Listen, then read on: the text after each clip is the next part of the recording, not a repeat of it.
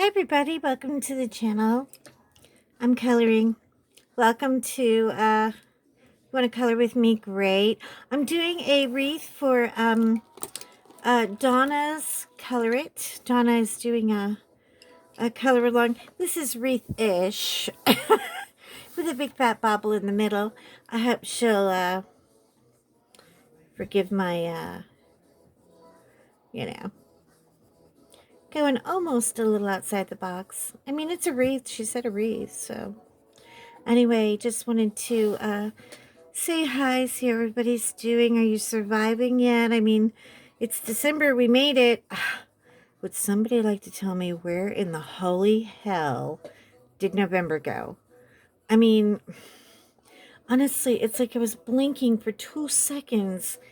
And I have no idea where November went. I mean, I really don't. I'm usually so far ahead by now. I usually decorate. Okay, I do this a little weird, and I do it for, it's so that we can you know have a life. I have to put things in balance. I cannot do everything as quickly as I used to do it. When I came home from the hospital, and my doctor told me this would happen. She said, you're going to feel euphoric at first because you're home, but then you are going to like not be 100% for probably another 4 to 5 months. It really takes your body time to recuperate. And normally I color, God, my hands are like raisins, they're so dry. Normally, I start decorating for Christmas about 2 or 3 days before Halloween, and I do it because John and I, of course, are Mr. and Mrs. Claus, which is, thanks to Sammy, my new code name now. It's my tagline. Hi, I'm Mrs. Claus. Anyway, I'm just putting down base colors with this real light green, and then we're going to build on it as we go along. Anyway, normally, 3 days tops. I mean, I go into crazy Christmas mode, order pizza, go to McDonald's, feed yourselves. I'm busy, kind of attitude. And, the boys, my husband and my son, and of course the dogs usually tolerate it. But this year, ooh, it took a lot longer to get stuff together. It really did. And I went into old lady mode. Like, I couldn't find stuff. I had that CRS, I can't remember stuff disease. I couldn't find anything. It was like so ridiculous. Anyway, so it took me forever. I'm still looking for things, but I might as well chill out and relax because this year, for the first time in 12 years, I will not be out in public putting on my Mrs. Claus costume, which I love so much, but let me tell you, there's a reason that women back in the Renaissance days had people to dress them, because those suckers are really hard to get in and out of, and don't even think about going to the bathroom. Oh my gosh. I mean, like, I have a whole ritual routine. I have to make sure we go first because there ain't no way me and 14 layers of crinoline and a hoop skirt and velvet and damask are going to make it to any bathroom. Um, yeah, we had to learn that the hard way. But this year we're not going to be traveling to hospitals. We're not going to be going to nursing homes, and we're not going to be going to schools, and it just really guts me. But we did come up with something. I think I might be able to, I don't know if I can do this or not. I'm not usually a video kind of girl, but this Sunday at 2 p.m., if anybody is out there and just wants to come and hang out with me and Santa for maybe 30-45 minutes, we are going to do a Facebook Live. We're going to do it on Facebook because my technology is not going to really make any kind of quality anything for YouTube right now. I just don't have it. I don't, I haven't caught up with it yet. I haven't learned it yet. Um, and doing a stream like that and not being on, first of all, I can't do it on my cell phone, which actually has a much better camera than my computer. The computer camera is icky, and I've gone through 2 webcams trying to figure out the right one, and one won't be supported by my whatever. I am technically truly like not technically enabled in any way. So I'm just like, oh well, what the heck? What am I gonna do now? Anyway, hold on a second. I gotta, you know what? We're going to okay. Anyway, so we're gonna do it on Facebook Live. And if you haven't come to see me on Facebook, pop in. I'm at Joanna Hair, and I'm in Texas, and we're going to set up the living room, and we're going to have the dogs, and we're going to be in full Santa mode, and we're going to also, do like a little interview with Santa. But if you want to come and hang out, and you can voice your wishes. You can give Santa your Christmas wishes, and it is a child-friendly event. So, let's try to keep it clean. All right, people?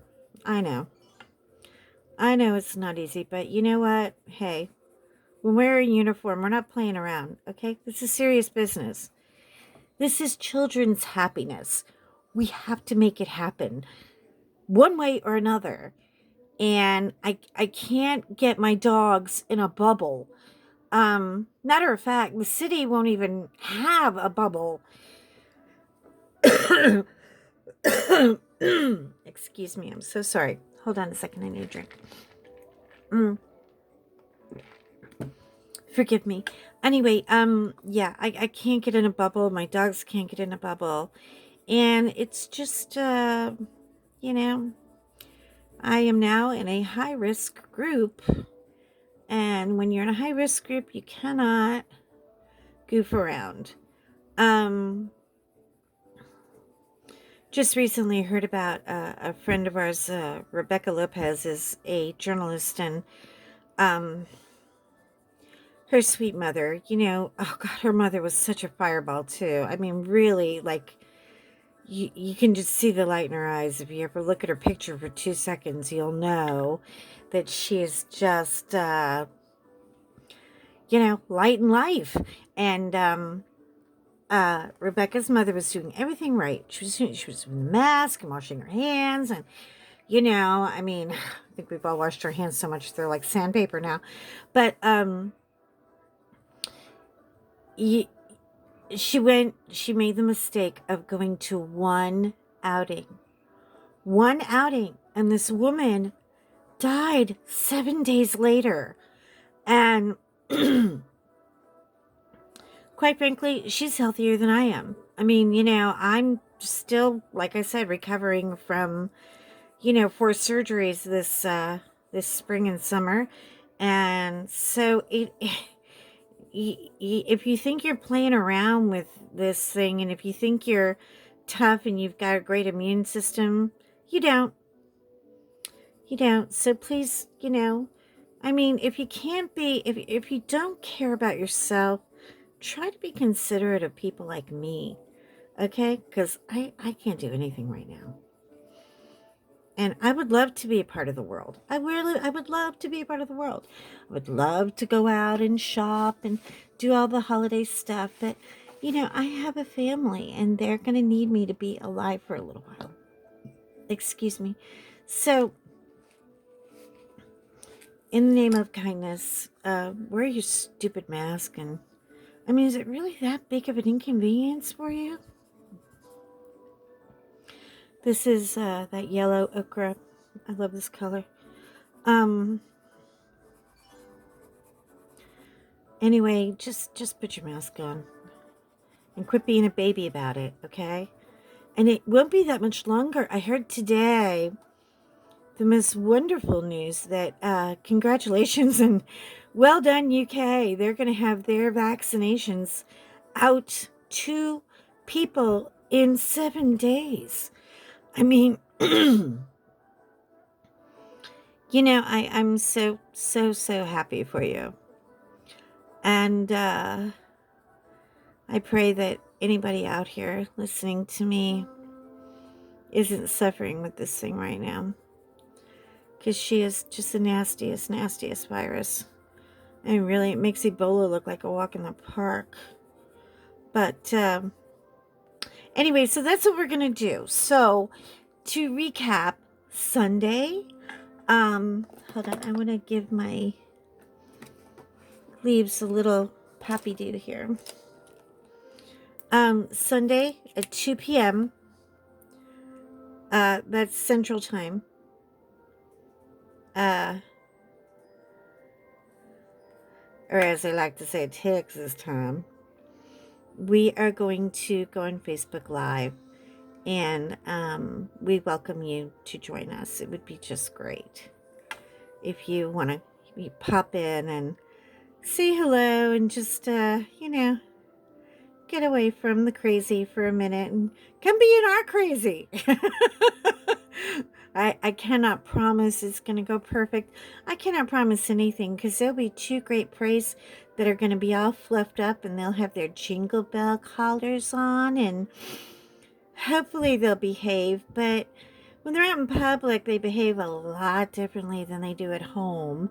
It's sort of like your children, I mean, your children act like, crazy little heathen monsters when they're in the house. And when you take them out in public, you can give them the evil eye and go, don't do that. And they'll, most of the time behave. Actually, my kid was great in public. Oh my gosh. I took my son when he was 3 years old to a 5-star restaurant where people just looked at me like, oh no. He quietly ate in his little bow tie and his little velvet jumper, and then fell asleep on the banquet, and was a perfect gentleman the whole time. It was like, so I was very fortunate. I had a kid that didn't go insane out in public, but sometimes I do. It's okay. We love all children, even the crazy ones. Yeah. And we're going to do a little interview with Santa. So if you have any questions that you would like to submit to me, and you can put them in the comments below. And if you could like and comment, I would love to hear from you. I love my coloring community so much. You guys are so great. You're supportive and you're kind. And, I love that we can respect and appreciate each other's differences. I love that you get me because I'm such a dog girl. I mean, I like cats too. Don't come for me about the cat thing. Okay, don't do it. Don't even think about it. I love cats, but I don't have cats because I can't. I can't do it all. I did get to work with some big cats at one point, though. It was really funny back in the day. You guys want to hear a little story about it? It really happened. I have pictures, I can prove it. My little David was only about 6 years old at the time, and we had 2. I have studied animal husbandry for years, and besides cooking and making chocolate, it was really like my passion. Like, I think every little girl just wants to ride horses or be a veterinarian at one point in their life. And I just, I found a group, and they had a private animal sanctuary. They didn't, drag them out and entertain them in the public and, make you take pictures for money or anything like that. Um, they just rescued cats and gave them a place to live. And we would have cubs every once in a while. And George says, hello. Georgie, please. Mommy is filming right now. He doesn't care. Anyway, he really doesn't. Georgie says, woof. Anyway, so hold on. Let me try to get it quiet.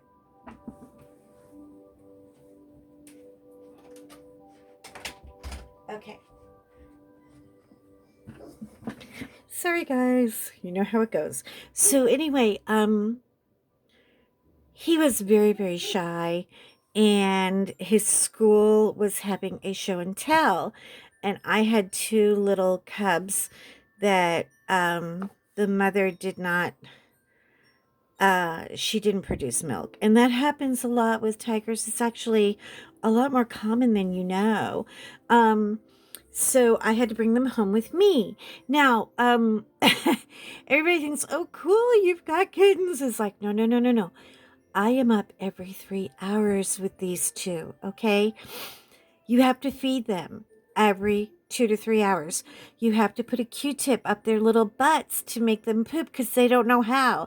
They are blind and they are deaf, and they are absolutely dependent on you for everything for the first 4 weeks. But anyway, so what happens is if you wait 3 hours and 1 minute to feed those cubs, they scream like children who are being beaten with a stick, like, ah, I mean, they let out a wail that is so loud you can hear it a zip code away. And I was like, oh my God, so I'm trying to warm up the milk and I'm trying to get everything together, and it is 2:45 in the morning, and I hear boom, boom, boom at my door, like banging at my door at 2:45 in the morning. I'm a single mom at the point. Okay, by the way, I'm home alone with my big dog and my little child, and I am freaking out. I'm like, who is it? Ma'am, it's the police. I was like, oh crap. I didn't call the police. No, we need to talk to you. We need to see you. They come in, they think a child is being beaten. Somebody has called the police because they heard the screaming, because at the time I was in my townhouse, and when you're in a townhouse, you're connected to other people. So anyway, this happens. I'm like, holy crap, hold on just a minute. Now I have got hair down my back, but I haven't brushed it in like 3 days. So I look like roadkill. And if you're a mom who's been up with screaming children for 3 days, you know the look, right? You've got, spit and throw up on your only clean t-shirt that's left. And you, yeah. And you've got that really lovely, I've been beaten and abused by animal smell. And so, anyway, open the door. Here's these two police officers, and they're like, do you have children? I said, I have one child. And then all of a sudden the cubs start screaming again. I was like, hold on, I've got to take care of them right now. And they're like, we're going to have to come in. There's been a phone call. It's been reported, and I just want to make sure everything's okay. They come in and they find I've made a pad on the middle of my bed with pillows to keep the little munchkins from falling off because I had them out of the crate at the time. And they're like, what the hell are they? And I went, they're tiger cubs. I have a permit. I'm allowed to take care of them. And they're not mine. I'm not keeping them. I'm not, raising wolves here. I do have a child. He's asleep in his bedroom. They peeked in on David. I said, please don't wake him up. Please, God, he has to go to school tomorrow. Anyway, so the cops are like, oh my God. I said, listen, while you guys are here, can you help me out? I mean, I could really use a little help. And they're like, oh, do you mean we get to touch him? Can we hold him? I said, you have to wash your hands first. And then I need you to help me feed them. and I showed them how to feed them, and I'm sitting and I'm supervising the whole thing. And these two cops are in heaven. They're taking pictures, but back then, like you didn't have a whole lot of pictures on you could take pictures on a phone, but they weren't that great. So one of them was like, let me go to the car. I got to get my camera. Hold up. My wife is going to die over this. And I said, oh, well, tell your wife, if she wants to meet them, she can come and meet me tomorrow at school. So, I told him where my kid went to school, and the next day was show and tell. And I didn't have anything prepared for David because I've been feeding babies for 3 days, but I still have to take care of my real child. And I mean, like I said, when you're a single mom, girl, there's just no hours. There's no hours in the day. So, I literally am watching them, feed the babies. I show them how to burp the babies. And then finally, they're holding the babies and the babies are sleeping in their arms. And I literally pass out sitting up on the sofa. And these police officers stay with me for like 2 hours. They said we couldn't go. We couldn't leave. They were so cute and you were so tired. And it was like the kindest thing. I was like, God bless you, man. I love you so much. And anyway, so the next morning comes, I zip myself together and I put the babies in their little carry case. And I tell David, we're taking them to your school for show and tell. And oh my gosh, David went from being the shyest little boy in class who really didn't have, he still to this day is really funny. He has like a few select, very close friends that I'm telling you that kid would open a vein for them. But he's not about being popular. He doesn't care about likes. He doesn't care about volume. He's not that kind of kid. And well, he's an adult now, but I love this about him. Anyway, we took them to his school and oh my God, it's that moment when you're a mom and your kid is just, like rock star of the moment and you're so happy for him. And so yeah, so those are the best memories. They really are. Just oh my gosh, it was so much. At the time it was so much work, but it was also so much fun.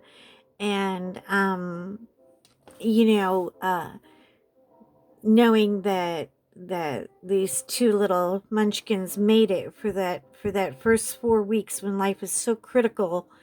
And um yeah, so that was my cat story. Anyway, back to Christmas. We're going to Facebook Live 2 p.m. Central Time on Sunday.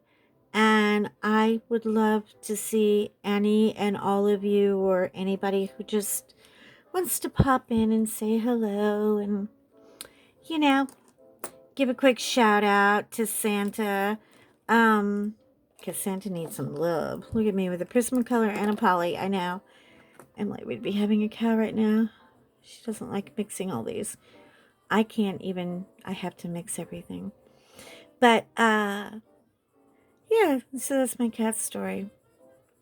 And I went on to work with that group for 5 years. And it was a lot of fun. It really was.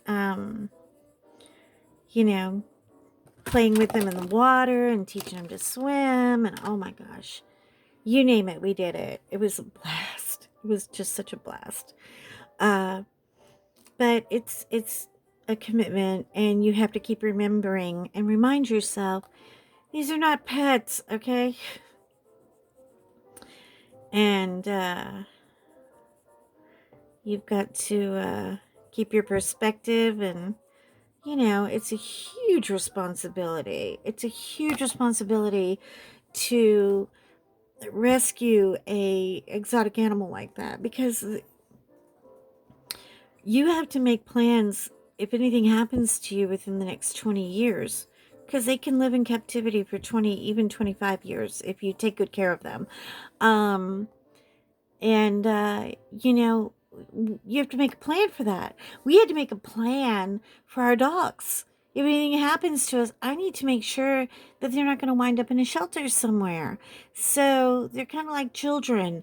And so now that the Christmas holiday is upon us and everybody's got puppy fever and they want to go rescue a puppy or a kitten, think about the long term. Please take a moment and be really honest with yourself and say, do I really, really, can I afford the time and the money and the hours of responsibility that this animal is going to require?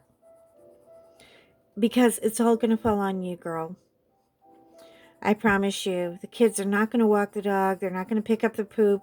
They're not going to feed him. You know, especially if you have younger children, it's always great if you think you have them and they're responsible like that, but they're not. I mean, really, you know, I had to remind mine to brush his teeth till he was 11. So, think about it carefully, you know? Think about what you really want to do, before you say, oh, look at the cute puppy in the pet shop window. Let's go get him. Because you're going to alter your lifestyle.